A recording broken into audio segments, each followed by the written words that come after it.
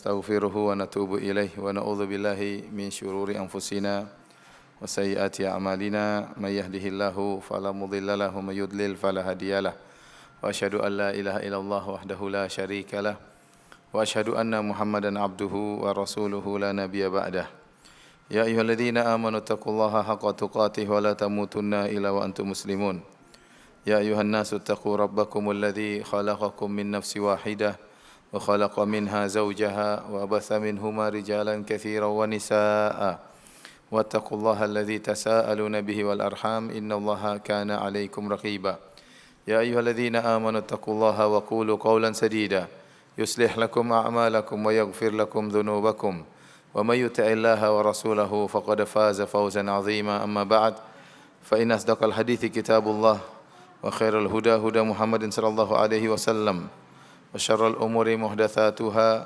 وكل محدثة بدعة وكل بدعة ضلالة وكل ضلالة في النار. Ibu-ibu yang dirahmati oleh Allah Subhanahu wa taala, alhamdulillah puji dan syukur kita panjatkan kepada Allah di pagi hari ini kita bisa berkumpul bersama untuk saling mengingatkan tentang keutamaan membaca Al-Qur'an, terlebih lagi keutamaan menghafal Al-Qur'an. Tentunya kita sangat berharap kita bisa menghafal Al-Qur'an meski tidak harus 30 juz ya. Tapi semakin banyak ayat yang kita hafal akan semakin tinggi kedudukan kita di sisi Allah Subhanahu wa taala di dunia maupun di akhirat. Dan kalau kita ternyata susah untuk menghafal, maka jangan sampai anak-anak kita tidak menghafal sebagaimana kita. Kita berharap anak-anak kita menjadi aset yang terbaik bagi kita di dunia, terlebih lagi di akhirat. Karena orang yang menghafal Quran, maka mereka adalah orang-orang yang sangat spesial di sisi Allah Subhanahu wa taala. Dari Anas bin Malik radhiyallahu taala anhu, beliau berkata, qala Rasulullah sallallahu alaihi wasallam, Rasulullah sallallahu bersabda, "Inna lillahi ahlina minan nas." Sungguhnya Allah memiliki keluarga dari kalangan manusia. Faqila manhum, man ahlullahi minhum? Siapakah keluarga Allah dari kalangan manusia? Ini disebut ahlin, keluarga secara bahasa Arab artinya keluarga. Tapi tentunya ini kinayah dari begitu dekatnya mereka terhadap Allah Subhanahu wa taala sehingga seakan-akan disebut keluarga saking dekatnya. Maka para sahabat bertanya, siapa mereka ya Rasulullah yang disebut dengan keluarga Allah Subhanahu wa taala? Qala ahlul Qur'an hum ahlullahi wa khassatuhu. Ahlul Qur'an, ahli Al-Qur'an, mereka itulah keluarga Allah dan orang-orang khusus di sisi Allah Subhanahu wa taala. Tentunya kita ingin menjadi orang-orang yang spesial di sisi Allah Subhanahu wa taala. Ibu-ibu yang dirahmati oleh Allah Subhanahu wa taala, kita sekarang hidup di zaman yang alhamdulillah mudah bagi kita untuk membaca Al-Qur'an, terutama di negeri kita yang secara umum stabilitas keamanan nampak di mana-mana ya. Kalau kita lihat bagaimana sejarah dahulu, ya betapa banyak orang yang sulit untuk membaca Al-Qur'an. Dahulu para sahabat seperti Ibnu Mas'ud radhiyallahu taala anhu dalam sirah disebutkan, kalau beliau baca Al-Qur'an, ya maka dipukuli oleh orang Quraisy. Tidak boleh suara beliau terdengar. Kalau baca Qur'an harus di rumah. Ya. Kalau dia baca Qur'an di Masjidil Haram dipukulin sama orang Quraisy sampai terkapar. Demikian juga Abu Bakar radhiyallahu anhu, orang yang sangat mulia. Tidak boleh baca Qur'an di luar rumahnya. Sampai orang-orang Quraisy mempersyaratkan kalau mau baca Qur'an harus dalam rumah, tidak boleh keluar. Ya. Sekarang kita alhamdulillah membaca Qur'an di mana saja bisa. Di pasar kita bisa baca Qur'an, di bandara kita bisa baca Qur'an, di ruang tunggu kita bisa baca Al-Qur'an, di bis kita bisa baca Al-Qur'an, di sarana umum kita bisa baca Al-Qur'an, di atas pesawat kita bisa baca Al-Qur'an. Tidak ada yang melarang dan tidak ada yang berani melarang kalau di tanah air kita. Alhamdulillah. Ini nikmat yang harus kita syukuri dan kita manfaatkan. Kalau kita baca juga sejarah tentang bagaimana saudara-saudara kita yang tinggal di Rusia ya, sering terjadi pemeriksaan di zaman Soviet, di zaman komunis menguasai mereka. Kalau ada pemeriksaan dadakan, barang siapa yang di rumahnya ketahuan ada Al-Qur'an dibunuhin oleh mereka. Sehingga bagaimana kaum muslimin waktu itu berusaha untuk hafal Qur'an dengan begitu susahnya. Kalau ingin hafal Qur'an harus pergi ke goa-goa, tempat-tempat persembunyian, menuju ke situ mata harus ditutup supaya tidak ketahuan di mana lokasinya, ya. Namun mereka tetap berusaha menghafalkan Al-Qur'an dalam kondisi nyawa mereka terancam. Ya. Nah, sekarang kita alhamdulillah begitu mudahnya kita baca Al-Qur'an. Al-Qur'an di setiap HP kita ada ya. Tinggal bagaimana apa kita baca atau tidak. Ya. Kita sekarang juga hidup selain zaman diberi kemudahan, juga hidup di zaman penuh dengan fitnah. Betapa banyak orang ya tertarik dengan fitnah, mengikuti kabar-kabar yang tidak bermanfaat baginya. Makanya seorang jangan sampai terpedaya dengan sarana HP yang dia miliki, kemudian akhirnya dia mengikuti segala berita, mengikuti segala perkembangan, sehingga waktunya habis berjam-jam di hadapan HP-nya, kemudian hanya melihat berita Facebook, Instagram, ya, Twitter, YouTube, sehingga akhirnya waktu-waktu habis dan tidak ada lembaran-lembaran Al-Quran yang dia baca. Bagaimana seorang tidak menderita hatinya, meskipun secara ekonomi dia mungkin baik, tapi hatinya pasti kering kalau hari-hari lewat dia tidak membaca Al-Quran. Ibu yang dirahmati Allah Subhanahu Wa Taala, pertemuan kita kali ini untuk motivasi saya pribadi, motivasi ibu-ibu, ya, yang juga untuk motivasi ibu-ibu untuk bisa mendidik anak-anak agar mereka bisa menjadi para penghafal Al-Quran. Kita akan bacakan atau sebutkan hadis-hadis yang menjelaskan tentang keutamaan ahli Al-Quran baik di dunia dan terutama di akhirat kelak.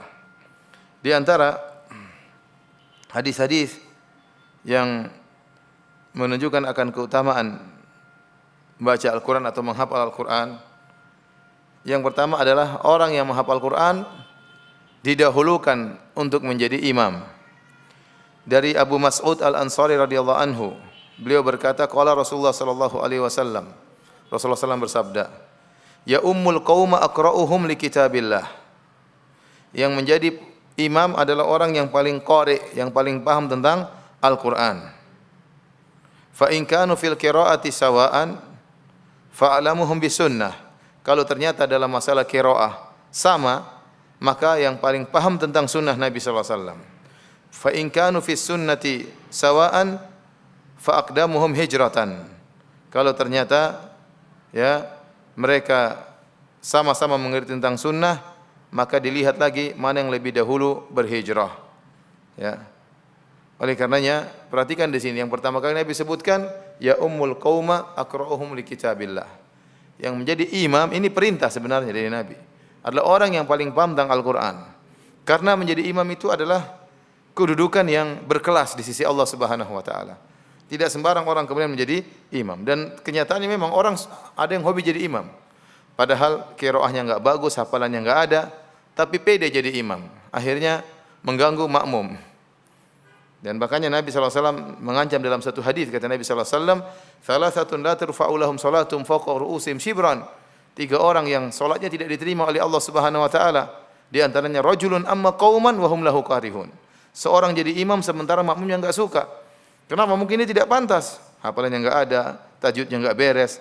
Nah, kalau orang sudah hafalannya enggak ada, tajwidnya enggak beres, pede jadi imam, itu mengganggu makmum. Makmum mungkin enggak betah, mungkin bosan di belakang dia. Maka di sini lihat Nabi SAW memberi kedudukan mulia bagi orang yang hafal Quran agar menjadi imam. Agar kita menghormati orang yang hafal Al-Quran. Dia yang didahulukan menjadi imam. Ya. Karena saya katakan tadi menjadi imam adalah kedudukan yang berkelas di sisi Allah Subhanahu wa taala. Makanya para ulama juga mengingatkan kalau masalah imam, masalah keimamahan, jadi imam, tidak ada masalah tawadhu, ya. Jangan kamu aja. Enggak. Kalau dia tahu dia yang paling hafal Quran, maka dia yang maju. Ya. Kecuali sama-sama hafal, ya. Ya enggak apa-apa lah, ganti-gantian. Tapi kalau dia tahu yang lain tidak punya hafal Quran, dia tidak boleh tawadhu karena itu perintah Nabi. Ya ummul qauma aqra'uhum li kitabillah. Yang menjadi imam adalah yang paling paham, yang paling qari, yang paling banyak hafalannya tentang Al-Quran. Maka kalau dia tawadhu, dia mempersilahkan orang lain, ternyata orang tersebut tidak hafal Quran atau kurang hafalannya, tajwidnya enggak beres, maka dia salah karena dia menyelisih perintah Nabi sallallahu alaihi wasallam. Tawadhu ada tempatnya. Tatkala jadi imam juga harus menjalankan sunnah Nabi sallallahu alaihi wasallam. Yang berhak untuk menjadi imam adalah yang paling ngerti tentang Al-Qur'anul Karim. Oleh karena disebutkan dari Ibnu Umar radhiyallahu anhu, beliau berkata, "Lamma qadimal muhajirun al-awwalun." Ya. Al-Usbah atau Maudhi' bi Quba, qabla maqdami Rasulillah sallallahu alaihi wasallam kana ya ummuhum Salim maula Abi Hudzaifah wa kana aktsarahum Qur'anan. Rawahul Bukhari. Dahulu tatkala kaum Muhajirin datang di suatu tempat di daerah Kuba sebelum datangnya Rasulullah sallallahu alaihi wasallam. Siapa yang jadi imam? Kalau Nabi datang, Nabi menjadi imam. Waktu para sahabat kan berhijrah dulu sebelum Nabi. Nabi hijrahnya belakangan.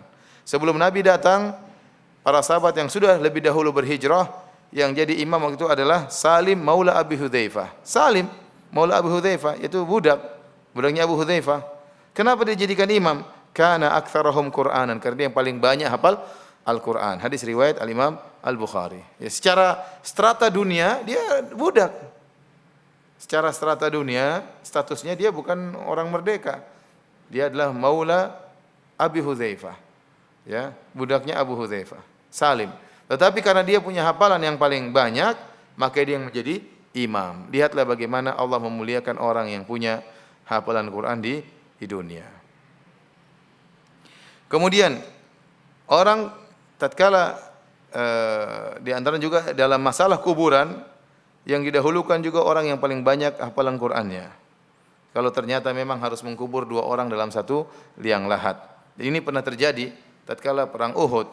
Dari Jabir bin Abdullah radhiyallahu anhuma qala kana an-nabiy sallallahu alaihi wasallam yajma'u bainar rajulaini min qatla Uhudin. Nabi sallallahu alaihi wasallam mengumpulkan 2 orang dari sahabat-sahabat yang mati syahid dalam perang Uhud. Fi thawbin wahidin, dikumpulkan dalam satu pakaian karena kekurangan pakaian tatkala itu untuk mengkafani mereka.